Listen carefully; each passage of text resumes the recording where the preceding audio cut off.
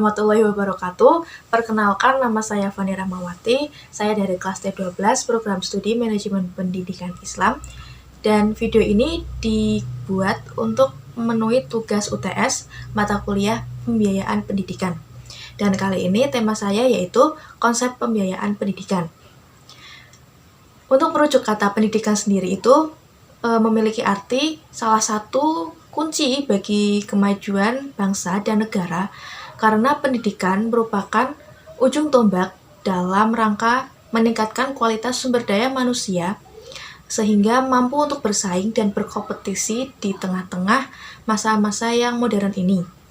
Dan untuk merujuk kepada poin pertama, yaitu konsep pembiayaan pendidikan, itu secara umum dapat didefinisikan sebagai pembiayaan adalah sebuah kompleksitas yang di dalamnya akan tercapai saling keterkaitan pada setiap komponennya, yang memiliki rentang yang cukup bersifat mikro, yaitu satuan pendidikan, hingga yang bersifat makro atau nasional, yang meliputi sumber-sumber pembiayaan pendidikan, sistem, dan mekanisme pengelompokannya atau pengalokasiannya. Lalu, efektivitas dan efisiensi dalam penggunaannya, akuntabilitas hasilnya yang diukur dari perubahan-perubahan yang terjadi pada semua tataran atau lapisan, khususnya di lembaga pendidikan itu sendiri, pendidikan dan permasalahan-permasalahan yang masih terkait dengan pembiayaan pendidikan. Nah, untuk pendanaan, yang dimaksud dengan pendanaan yaitu oleh satu pihak atau pihak lain memberikan dukungan atau mendukung dalam bentuk investasi yang telah direncanakan untuk mencapai tujuan yang telah ditentukan. Pembiayaan merupakan salah satu sumber daya yang secara langsung dapat menunjang keefektifan dengan efisiensi dan pengelolaan pendidikan. Jadi ada kaitannya dengan pembiayaan dan juga pendidikan. Jadi dapat disimpulkan bahwa pembiayaan pendidikan merupakan salah satu sumber daya baik berupa uang, tenaga, atau barang yang secara langsung dapat menunjang efektivitas dan penerapan penyelenggaraan pengelolaan pendidikan. Lanjut pada poin kedua, yaitu landasan hukum pembiayaan pendidikan. Merujuk pada Undang-Undang Dasar Negara Republik Indonesia tahun 1945, Amandemen keempat menyatakan bahwa setiap warga negara wajib mengikuti pendidikan dasar dan pemerintah wajib membiayainya. Pemerintah mengusahakan dan menyelenggarakan satu sistem pendidikan nasional yang meningkatkan keimanan dan ketakwaan serta akhlak mulia. Negara memprioritaskan dengan anggaran pendidikan sekurang-kurangnya 20% dari APBN dan APBD untuk memenuhi kebutuhan penyelenggaraan pendidikan.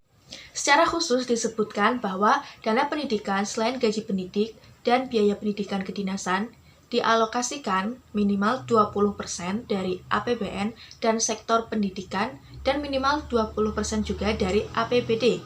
Gaji guru dan dosen yang diangkat oleh pemerintah dialokasikan dalam APBN dan APBD. Lalu, untuk Peraturan Pemerintah Nomor 19 Tahun 2005 tentang Standar Nasional Pendidikan pada Bab 1, Pasal 1, Ayat 10, dan Bab 9, Pasal 62 tentang standar pembiayaan. Pada Pasal 1, mencakup standar yang mengatur komponen dan besarnya biaya operasi satuan pendidikan yang berlaku selama 1 tahun. Sedangkan pada Pasal 62 mencakup biaya investasi, biaya operasional, dan biaya personal. Nah, pada bab 9 ini tentang standar pembiayaan, pasal 62 disebutkan bahwa yang poin pertama yaitu pembiayaan pendidikan terdiri atas biaya investasi, biaya operasional, dan biaya personal. Dan poin kedua, biaya investasi satuan pendidikan meliputi biaya penyediaan sarana dan prasarana, pengembangan sumber daya manusia, dan modal kerja tetap. Jadi untuk biaya personal, jadi untuk pembiayaan investasi itu merujuk pada hal-hal atau suatu barang yang nilainya itu atau jangka waktunya itu panjang, jadi tidak cepat habis. Semisalnya yaitu gedung-gedung dan juga tanah. Yang poin ketiga yaitu biaya personal, meliputi biaya pendidikan yang harus dikeluarkan oleh peserta didik itu sendiri untuk bisa mengikuti proses pembelajaran secara teratur dan berkelanjutan. Contohnya seperti LKS, seragam, dan alat buku tulis yang bisa menunjang pembelajaran siswa peserta didik itu. Dan yang terakhir, poin 4, yaitu biaya operasional, meliputi gaji pendidik dan tunjangan-tunjangan, bahan atau peralatan pendidikan yang habis pakai, dan biaya operasi pendidikan tidak langsung seperti berupa listrik, air, uang lembur, transportasi, terus juga uang untuk merawat sarana dan prasarana, pajak, konsumsi, dan lain-lain. Intinya untuk biaya operasional itu untuk sesuatu yang cepat habis karena untuk mengalokasikan pengoperasionalan di dalam lembaga pendidikan itu sendiri. Dan selanjutnya yaitu poin ketiga, sumber pembiayaan. Kalau tadi landasan hukum pembiayaan pendidikan, ini ada yang namanya sumber pembiayaan. Nah, sumber pembiayaan itu ada berapa sumber? Ada 3 sumber. Yang pertama dari pemerintah pusat dan pemerintah daerah, dan yang kedua dari masyarakat, dan yang ketiga dari orang tua wali atau wali siswa. Nah, untuk yang pertama, pemerintah pusat dan pemerintah daerah sudah memiliki Undang-Undang Nomor 20 Tahun 2003 tentang Sistem Pendidikan Nasional yang menyalurkan bantuan berupa yang pertama ada dana BOS. Sudah kita ketahui bahwa BOS sendiri merupakan kepanjangan dari Bantuan Operasional Sekolah, yaitu dana BOS sendiri merupakan dana yang dikeluarkan oleh pemerintah untuk kepentingan pendidikan yang bertujuan untuk mengurangi beban masyarakat, khususnya pada masyarakat yang kurang mampu dalam membiayai pendidikan anaknya. Dan dana BOS juga merupakan program pemerintah berupa pemberian dana langsung ke lembaga pendidikan, baik negeri maupun swasta. Besaran dana bantuan yang diterima sekolah itu dihitung dari berdasarkan jumlah siswa masing-masing sekolah dan satuan biaya bantuan tersebut. Jadi, dana BOS membantu biaya operasional sekolah dan juga bisa membantu biaya operasional dari siswa. Dan besarannya itu sama, yang membedakan itu banyaknya jumlah siswanya tersebut. Dan ada juga dana BSM atau itu singkatan kepanjangan dari bantuan siswa miskin. Nah, BSM sendiri itu dialokasikan untuk siswa-siswi yang kemungkinan besar akan cenderung berhenti atau memutuskan untuk putus sekolah karena keterbatasan biaya. Jadi pemerintah itu hadir dalam bentuk BSM ini sebagai bentuk kepedulian pemerintah memberikan bantuan siswa miskin ini untuk memberikan biaya tambahan atau pengalokasian dana untuk mewanti-wanti agar siswa itu bisa melanjutkan sekolahnya kembali, tidak memutuskan untuk putus sekolah. Jadi seperti itu ya, sumber dana pemerintah pusat dan pemerintah daerah itu berupa 2 bentuknya, yaitu dana BOS dan dana BSM. Dan untuk masyarakat, yaitu sumber pembiayaan yang bersumber dari masyarakat, itu sekolah dapat menggali dan mencari sumber-sumber dana dari pihak masyarakat, baik secara perorangan maupun secara lembaga, baik di dalam negeri maupun di luar negeri. Jadi, jika ada perorangan maupun lembaga yang memberikan tanah wakaf atau mengamanahi sesuatu agar bisa menunjang sekolah tersebut bisa maju, nah itu bisa disebut sebagai sumber pembiayaan dari masyarakat. Tapi tentunya tidak menyeleweng dari RAPBS ya, Rencana Anggaran Pembiayaan Sekolah itu. Nah, lanjut. Dan sumber pembiayaan yang terakhir itu bersumber dari orang tua atau wali siswa. Nah, jenis-jenis pengeluaran dari orang tua atau wali siswa ini beraneka ragam, seperti meliputi uang pangkal, terus juga uang sekolah atau biasa disebut dengan SPP, uang bulanan, terus juga ada yang namanya biaya ulangan tengah semester, biaya ulangan akhir semester, biaya ekstrakurikuler, biaya sosial yang lain-lain, dan juga ada yang namanya biaya untuk membeli buku-buku pelajaran dan juga seragam, dan juga mungkin bisa biaya-biaya yang sifatnya seperti untuk karya wisata peserta didik seperti itu. Jadi dari berbagai sumber pembiayaan itu saling berkesinambungan antara dari pemerintah pusat daerah, terus juga sumber pembiayaan dari masyarakat, dan juga tentunya dari sumber pembiayaan orang tua atau wali siswa itu sendiri. Jadi sama-sama mengeluarkan biaya untuk menyekolahkan peserta didik. Dan poin terakhir yaitu tentang investasi pendidikan. Mengapa investasi pendidikan itu penting? Ya karena pendidikan zaman sekarang itu bisa dijadikan investasi.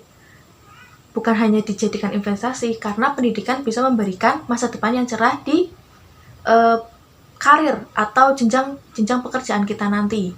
Nah, investasi pendidikan sendiri adalah menanam modal dalam lembaga pendidikan guna memperoleh jaminan masa depan yang lebih baik sesuai tujuan yang diinginkan. Nah, mengapa kita harus memprioritaskan? Ada 3 alasan untuk memprioritaskan pendidikan sebagai investasi jangka panjang. Yang pertama yaitu pendidikan adalah alat untuk perkembangan ekonomi. Ya, semakin tinggi tingkat pendidikan di suatu negara itu, maka tingkat ekonomi juga akan berkembang dengan pesat, karena pendidikan dan ekonomi saling mempengaruhi. Nah, SDM yang berpendidikan akan menjadi modal utama pengembangan ekonomi dan mempercepat pembangunan nasional. Semakin banyak orang yang berpendidikan, maka akan semakin mudah bagi suatu negara untuk membangun bangsanya, karena mudah menguasai keterampilan, ilmu pengetahuan, dan teknologi oleh sumber daya manusianya. Jadi, sudah banyak orang-orang yang berpendidikan tinggi, itu biasanya sumber daya manusianya sudah tidak bisa diragukan lagi, karena sudah memiliki tingkat-tingkat pendidikan yang sudah tinggi dan bisa mengelola sumber daya manusia yang ada di bawahnya. Begitu pula orang-orang yang memiliki strata sosial yang tinggi karena pendidikannya, yaitu berarti orang-orang tersebut sudah bisa memberikan kontribusinya di dalam suatu negara maupun di dalam progres pekerjaannya itu.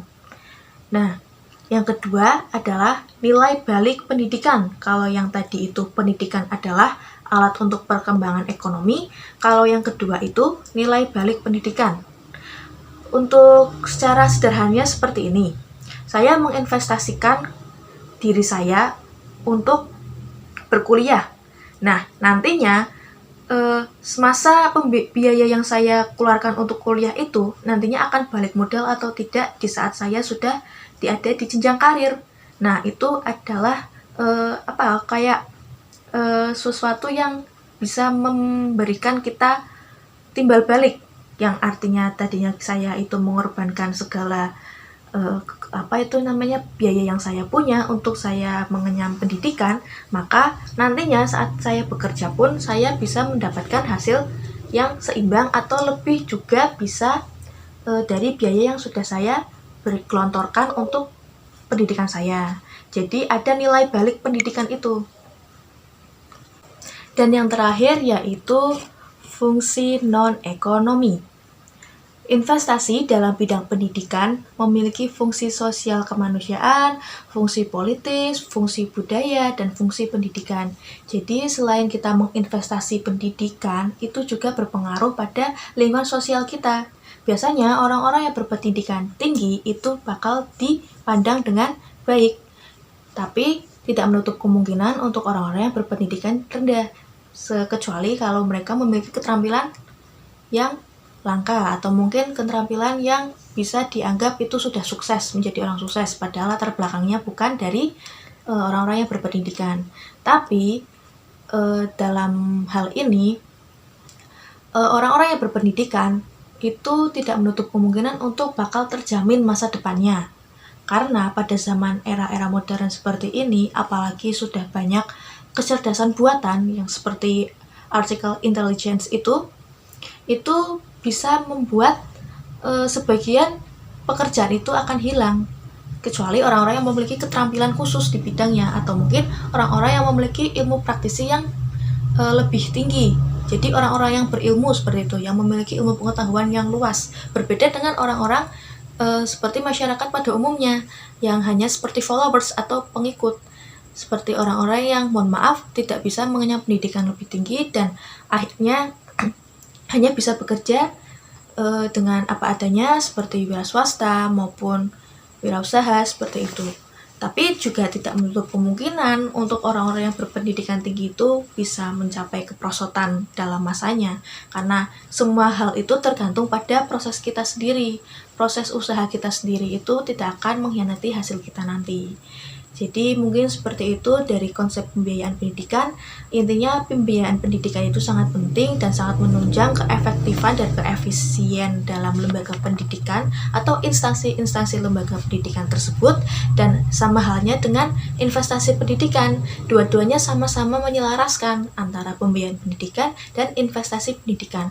Kalau investasi pendidikan itu adalah investasi untuk jangka panjang, kita menginvestasikan tentang pendidikan kita, maka nanti jangka panjangnya ya tidak menutup kemungkinan lagi kita akan menjadi orang yang sukses di masa depan, tapi itu sesuai dengan usaha kita masing-masing. Mungkin seperti itu yang bisa saya sampaikan.